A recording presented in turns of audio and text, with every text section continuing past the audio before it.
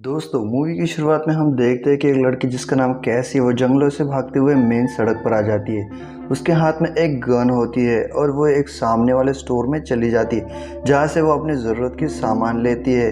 तभी उसे एक आवाज़ आती है और वो एक डोर खोल कर देखती है तो वहाँ पर जख्मी हालत में एक आदमी पड़ा हुआ होता है और उसके हाथ में भी गन होती है। दोनों एक दूसरे को दुश्मन समझते हुए अब एक दूसरे के ऊपर गन तान कर खड़े हो जाते हैं। वो आदमी काफी जख्मी होता है और कैसी भी काफी घबराई हुई होती है, इसीलिए कैफी उस पर भरोसा नहीं करती। कैसी को ये गलतफहमी हो जाती है कि उसके हाथ में कोई हथियार है, इसीलिए कैसी के हाथों उस पर गोलियां चल जाती है और वो आदमी वही मर जाता है। अब कहानी फ्लैशबैक में चली जाती है जहाँ पर कैसी और उसके दोस्त एक रूम में पार्टी कर रहे होते हैं। कैसी अपने दोस्तों के साथ मजे कर रही होती है और काफी लेट हो जाने की वजह से वो उस पार्टी से बाहर आ जाती है। जैसे वो बाहर आती है उसकी मुलाकात एक बेन नाम के लड़के से होती है। ये बेन नाम का लड़का उसी की क्लास में पढ़ने वाला एक लड़का होता है और अगले सुबह कैसी अपने कॉलेज चली जाती है जहाँ पर कैसी और उसके दोस्तों की फुटबॉल मैच प्रैक्टिस चल रही होती है। तभी अचानक से एक लड़की कुछ वीडियो क्लिप्स कैसी को दिखाने लगती है। वीडियो क्लिप्स देखकर कैसी काफी चौंक जाती है, लेकिन उनका कोच उन्हें देख लेता है और उन्हें तभी वो कोच उस लड़की को प्रैक्टिस से बाहर निकाल देता है और कुछ ही देर में वहाँ के सारे लोग अपने मोबाइल में वही वीडियो देखने लगते हैं।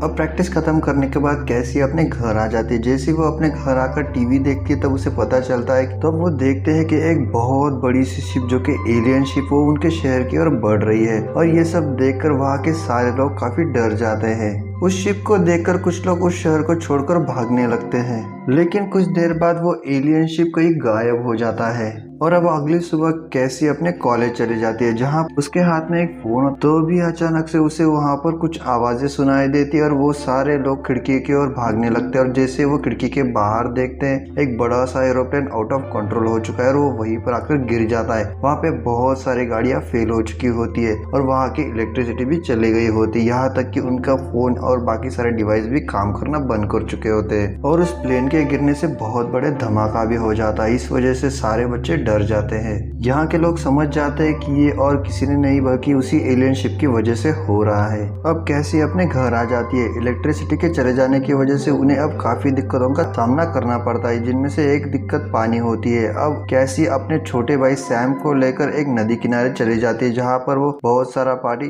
ड्रम्स में भरकर वो एक सुनसान से रास्ते से अपने घर की ओर बढ़ रही होती है। तभी अचानक से कुछ जंगलों में आवाजें आने लगती है और कुछ पेड़ गिरने लगते हैं। वो लोग भागने लगते हैं और एक पेड़ पर चढ़ जाते हैं। तभी वहाँ पर बहुत सारा पानी आ जाता है। ये एक तरह का सुनामी होता है और हम देखते हैं कि थोड़ी देर बाद समुद्र भी खोलने लगता है और बड़ी सी वेव आकर पूरे शहर में तबाही मचा देती है और पूरे शहर में पानी भर जाता है। और अब कैसी और उसका भाई सैम दोनों ही जैसे तैसे अपनी जान बचाकर घर आ जाते हैं। अब कई दिन बीत जाते हैं लेकिन अभी भी शहर में बहुत सारी तबाही मची हुई होती है। अब इसका इफेक्ट पंछियों पर भी गिरने लगता है, इसीलिए पंछियों की वजह से एक फ्लू जैसी बीमारी फैल जाती है। इसकी वजह से बहुत सारे इंसान मर जाते हैं। कैसी की माँ एक डॉक्टर होती है और वो फ्लू से इन्फेक्टेड लोगों का इलाज कर रही होती है। वो एक बेस कैंप में होती है जहाँ पर मेडिकल हेल्थ काम करती है। यहाँ पर कैसी भी पहुंच जाती है। कैसी को देखकर उसकी माँ उसे वापस घर जाने के लिए कहती है, तो अभी कैसी वहाँ से निकल जाती है। फिर कई दिन बाद बीत जाते हैं और उस शहर के कई सारे लोग उस फ्लू की वजह से भी मारे जा चुके होते हैं। उन लोगों में कैसी की माँ भी शामिल होती है।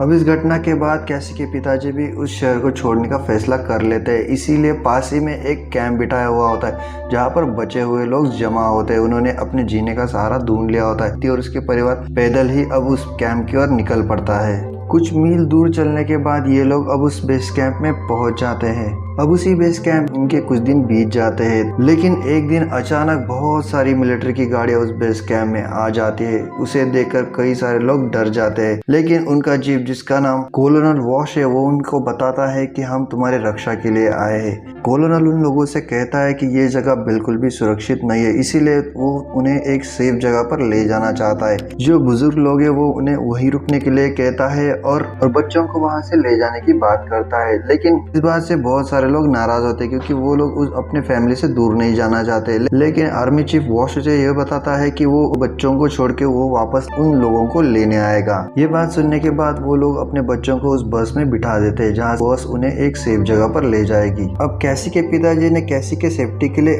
उसके हाथ में एक गन दी हुई होती है और उसे छुपा कर रखने के लिए कहा होता है। अब कैसी और उसका भाई सैम दोनों ही बस में चढ़ जाते हैं। तभी सैम को उसके टेडी की याद आ जाती है और वो उस टेडी को लेने के लिए जिद करने लगता है। इसीलिए कैसी भागते हुए उस बेस कैंप में पहुंच जाती है, उस टेडी को ढूंढकर वापस ले आती है। तब तक वो बस वहां से निकल जाती है और कैसी वही बेस कैंप में रह जाती है। अब वहां पर जितने भी बचे हुए बुजुर्ग होते हैं उन्हें एक घर में शिफ्ट किया जाता है। आर्मी चीफ वॉश उन्हें ये बताता है कि हमारे पास फिलहाल तो कोई जगह नहीं, इसीलिए तुम्हें फिलहाल यही रुकना पड़ेगा।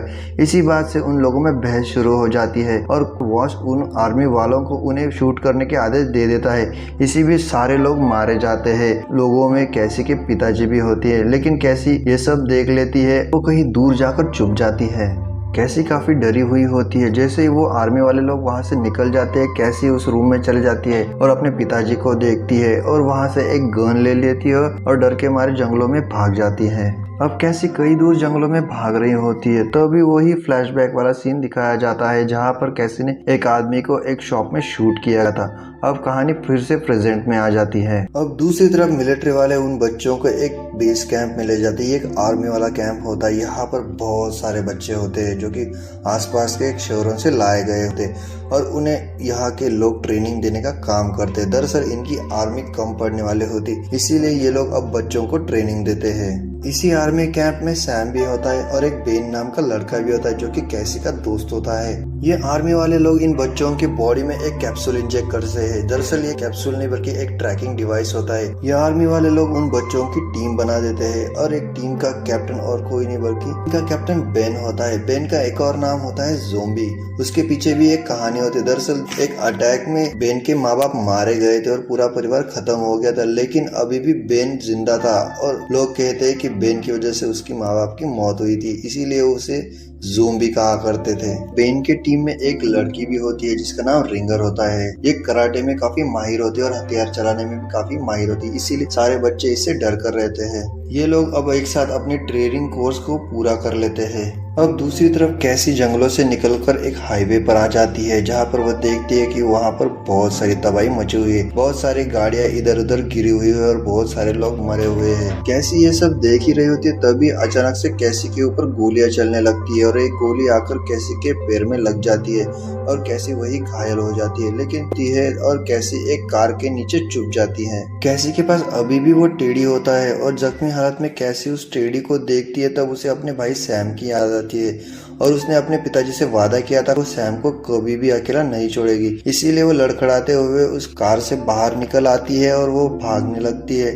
लेकिन उसका खून काफी बह चुका होता है, इसीलिए वो वही गिर जाती है और बेहोश हो जाती है। अब जैसे कैसी को होश आता है वो एक घर में होती है। ये घर शहर से काफी दूर होता है और जंगलों में होता है। तो अभी वहाँ पर एक लड़का आ जाता है जिसका नाम होता है इवन वॉकर। दरअसल इवन वॉकर ने ही कैसी को बचाया हुआ होता है और उसकी गोली निकालकर उसे ठीक किया हुआ होता है। अब कुछ दिन बाद कैसी को भी होश आ चुका होता है, इसीलिए कैसी काफी कंफ्यूज्ड होती है और वो इवन से कई सारे सवाल करने लगती है। अब कैसी उस घर को छोड़कर निकलना चाहती है क्योंकि वो अपने भाई तक जल्दी से जल्दी पहुंचना चाहती है, इसीलिए वो बेड को छोड़कर बाहर निकलने की कोशिश करती है, लेकिन उसके पैर लड़खड़ा जाते हैं और वो वही गिर जाती है। दरअसल उसका जख्म अभी भी ताजा होता है और वो अपने जख्म से उभर नहीं पा रही थी। इवन वॉकर उसे समझाता है कि तुम काफी जख्मी थी और तुम्हारा काफी खून बह चुका है, इसीलिए अब तुम यही रहकर कुछ दिन आराम कर लो। अब इसी बात को लेकर कैसी और इवन में बहस शुरू हो जाती है, लेकिन कैसी वहाँ से जाना चाहती है और इवन उसे रोकने की पूरी कोशिश करता है। अब थोड़ी देर बाद कैसी को ये रियलाइज होता है कि वो सच में चलने लायक नहीं है, इसीलिए वो वहाँ रुकने का फैसला कर लेती है। अब कैसी के पास जो गन होती जो कैसी के पिताजी ने दी हुई होती उसे इवन ने छुपा दिया होता है और एक दिन वो उसी घर में कैसी के वो गन मिल जाती है। इसी वजह से कैसी काफी नाराज हो जाती है क्योंकि उसने उससे झूठ बोला हुआ और तब भी वो उस घर को छोड़कर भागने लगती है। जैसे ही कैसी जंगलों में भाग रही होती है तभी उसका पैर एक रस्सी को टकरा जाता है और उस रस्सी के टकरा जाने की वजह से वहाँ पर कुछ आवाजें आने लगती है। दरअसल वो रस्सी बंधा होता है, जैसे ही कोई आदमी उस रस्सी को पार करके जाएगा वहाँ पर आवाज होगी और वहाँ उन्हें पता चल जाएगा। इसीलिए अब अब इवान भी वहाँ पर भागकर आ जाता है और कैसी को पकड़ लेता है, उसके हाथ में से वो गन छीन लेता है। तभी वहाँ पर एक गन पकड़े हुए एक आदमी आ जाता है और वो उन लोगों को ढूंढने की कोशिश करता है, लेकिन इवान अब कैसी को पकड़े हुए उसी पेड़ के पीछे छुप जाता है और उस आदमी का जाने का इंतजार करता है। थोड़ी देर बाद इवान कैसी को फिर से उसी घर में ले आता है। अब इवान कैसी को ये समझाता है कि बाहर बहुत खतरा है जिससे तुम्हारी जान भी जा सकती है, लेकिन कैसी ये समझाती है कि सैम उसका भाई है जो उसी मिलिट्री कैंप में चला गया है और वो अकेला है, उसे उसकी मदद की जरूरत है।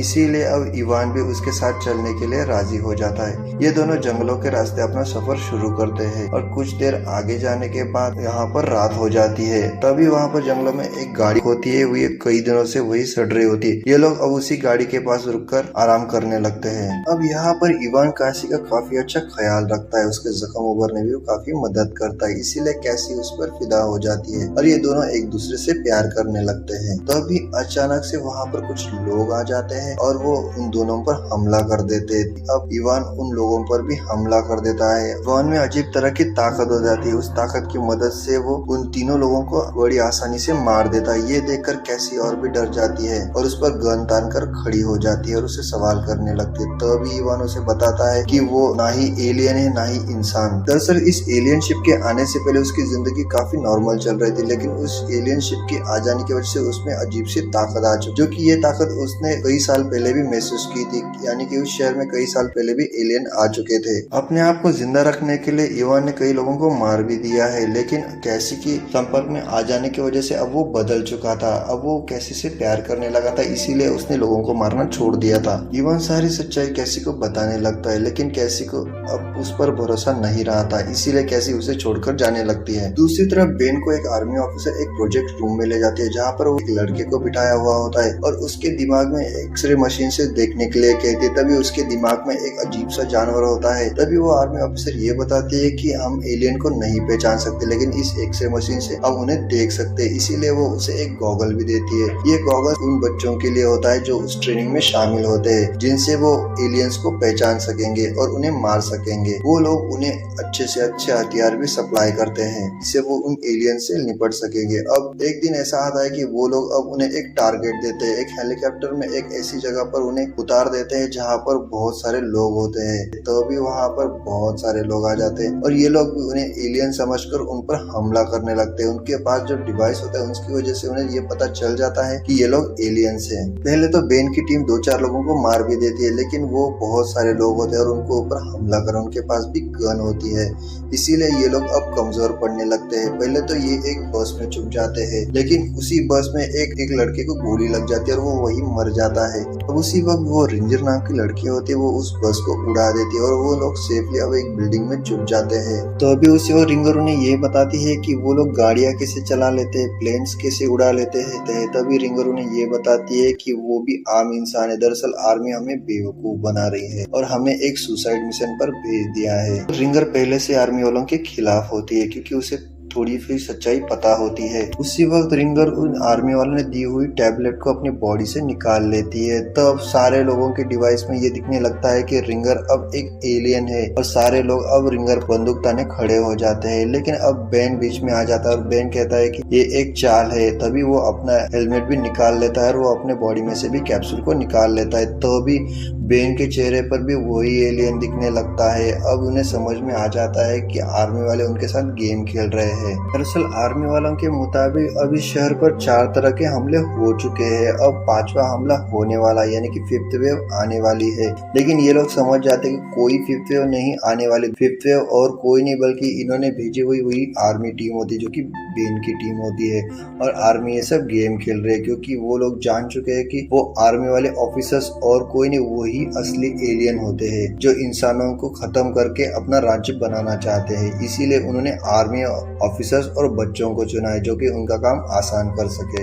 अब बैन एक प्लान बनाता है जहाँ पर वो जूली को अपने आप को शूट करने के लिए कहता है, जहाँ से वो घायल होकर उसी बेस कैंप में वापस जाता है और वो उन लोगों से कहता है कि बाकी की सारी टीम मर चुकी है, उन लोगों ने उन सारे बच्चों को मार दिया जो उसकी टीम में थे। अब वो जाकर सीधा वोस्ट नाम के कैप्टन से बात करता है, लेकिन वोस्टन उस पर शक करता है कि तुम कैसे जिंदा बचकर वापस आ गए। तब भी बेन उसे बताता है कि वो सारी सच्चाई जान चुका है। तो भी वहाँ पर कुछ लोग हमला करने लगते हैं। ये हमला और किसी ने नहीं बल्कि बेन के साथियों ने ही किया हुआ होता है। अब कैसी भी जंगलों से निकलकर उसी आर्मी कैंप तक पहुंच जाती है जहाँ पर उसका भाई सैम है। कैसी अब चुपके से उन आर्मी वालों में शामिल हो जाती है जहाँ पर वही आर्मी लेडी उन्हें प्रोजेक्ट रूम में ले जाती है और वही बच्चा उसके सामने बैठा हुआ होता है। लेकिन अब किसी को भी ये सच्चाई पता चल गई होती है कि आर्मी वाले ही एलियन है, इसीलिए वो उस प्रोजेक्ट रूम में ही उस आर्मी वाली लेडी पर हमला कर देती है और उसे मारकर उसके कपड़े पहन लेती है और उसी बेस कैंप में सैम को ढूंढने लगती है। वहाँ पर हो रहे हमलों की वजह से बेन भी वहाँ से भागने लगता है और तभी उसकी मुलाकात कैसी से हो जाती है। ये दोनों अब सैम को भी ढूंढने लगते। तभी डेन उसे ये बताता है कि उसने सैम को एक बेस कैंप में भेजा हुआ था, अगले मिशन पर जाने की तैयारी कर रहे, उससे पहले ही हमें सैम को ढूंढ लेना चाहिए। इसीलिए वो दोनों मिलकर अब सैम को ढूंढने लगते हैं। अब यहाँ पर कुछ मिलिट्री कैंप और कुछ गाड़ियों पर बड़ा सा हमला होने लगता है। ये हमला और किसी ने नहीं बल्कि इवन वॉकर ने किया होता है और तभी वो कैसी और बेन के सामने आ जाता है और वहाँ पर कुछ आर्मी वाले लोगों को मार देता है। अब वो कैसी को ये बताता है कि उसने डिसाइड कर लिया है कि वो एलियंस की साइड नहीं लेगा, वो अब इंसानों की साइड लेगा क्योंकि वो अब कैसी से प्यार करता है। इसीलिए वो उसे एक किस भी करता है। तभी वहाँ पर आर्मी के लोग आ जाते हैं, उन पर हमला करने लगते हैं और बैन उन्हें मारने लगता है, इवान भी उन्हें मारने लगता है। तभी कैसी और वहाँ से भाग जाते हैं और एक गाड़ी में बैठ जाते हैं। उसी गाड़ी में सैम भी होता है। कैसी सैम को देखकर बहुत खुश हो जाती है। ये लोग अब बेन की टीम को लेकर वहां से भागने लगते। तभी हेलीकॉप्टर से वही आर्मी वाले लोग उन पर गोलियां चला रहे होते, लेकिन इवान ने वहां पर बहुत सारे बॉम्ब प्लांट किए होते और वो एक के बाद एक फटने लगते। इसी वजह से वहां पर पूरा आर्मी कैंप तबाह हो जाता है। अब यहाँ पर कई सारे एलियंस मर चुके होते हैं जो कि आर्मी के बेस में होते हैं और बचे हुए एलियंस अपने शिप में भाग चुके होते हैं। अब कैसी भी बेन की टीम में शामिल हो जाती है। बेन की टीम पूरी तरह से ट्रेन होती है, इसीलिए अब वो बचे हुए लोगों की मदद करना चाहते हैं। इसीलिए वो लोग अब फैसला करते हैं नए जगह पर जाएंगे और उन्हीं एलियन से अब लोगों को छुड़ाएंगे। कैसी अभी भी इवन का वेट कर रही होती है, लेकिन इवन अभी भी लौट कर नहीं आया हुआ होता है। इसीलिए कैसी अब मूव ऑन करती है और इसी के साथ साथ इस फिल्म की हैप्पी एंडिंग हो जाती है। द फिफ्थ वेव ये मूवी 2016 में रिलीज की गई थी। इस मूवी को साइफाई एक्शन कैटेगरी में रखा गया है। इस मूवी के डायरेक्टर है जे ब्लैकसन और इस मूवी को IMDb रेटिंग मिली है 5.2 आउट ऑफ 10। होप कि आपको ये वीडियो पसंद आया होगा। अगर पसंद आ गया है तो लाइक कर दीजिए। दोस्तों अभी तक आपने हमारे चैनल को सब्सक्राइब नहीं किया है तो फटाफट सब्सक्राइब कर दीजिए और साथ में बेल आइकन को भी दबाइए जो कि आने वाले लेटेस्ट वीडियोस के अपडेट्स आप तक मिलते रहेंगे। मिलता रहूंगा एक और साइफाई मूवी के साथ। तब तक के लिए बाय बाय।